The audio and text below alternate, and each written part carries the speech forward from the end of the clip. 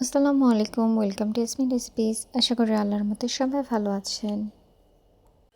অল্প সময়ে আজকে অনেক মজাদার একটি কাবাব রেসিপি বানিয়ে দেখাবো।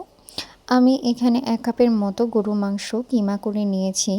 এই কিমার মধ্যে এখন আমি দিয়ে দিব কাঁচামরিচ, পেঁয়াজ কুচি, আদা রসুন বাটা, মরিচ বাটা, কাঁচামরিচ বাটা আমি দিয়েছি এখানে। এর মধ্যে দিয়েছি সব গোটা মশলা গুঁড়ো করে নেওয়ার পরে দিয়েছি আমি মরিচ গুঁড়ো দিয়েছি, ধনে গুঁড়ো, জিরে গুঁড়ো, মৌরি গুঁড়ো, কাবাব মশলা দিয়েছি, স্বাদমতো লবণ, চিলি ফ্লেক্স দিয়েছি, চিলি সস, সয়া সস সব কিছু দিয়ে এবং এর মধ্যে আমি ব্রেড ক্রাম্বস ইউজ করেছি। তো ব্রেড ক্রাম্বস যদি না থাকে তাহলে বেসনও ইউজ করতে পারবেন। সব কিছু আমি আগে ভালোভাবে মাখিয়ে শেফ দিয়ে দেব, পছন্দ মতো শেফ দিয়ে দিতে পারেন।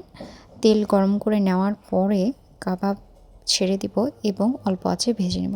আশা করি রেসিপিটি আপনাদের ভালো লাগবে। সবাই সুস্থ থাকবেন, ভালো থাকবেন। আল্লাহ হাফেজ।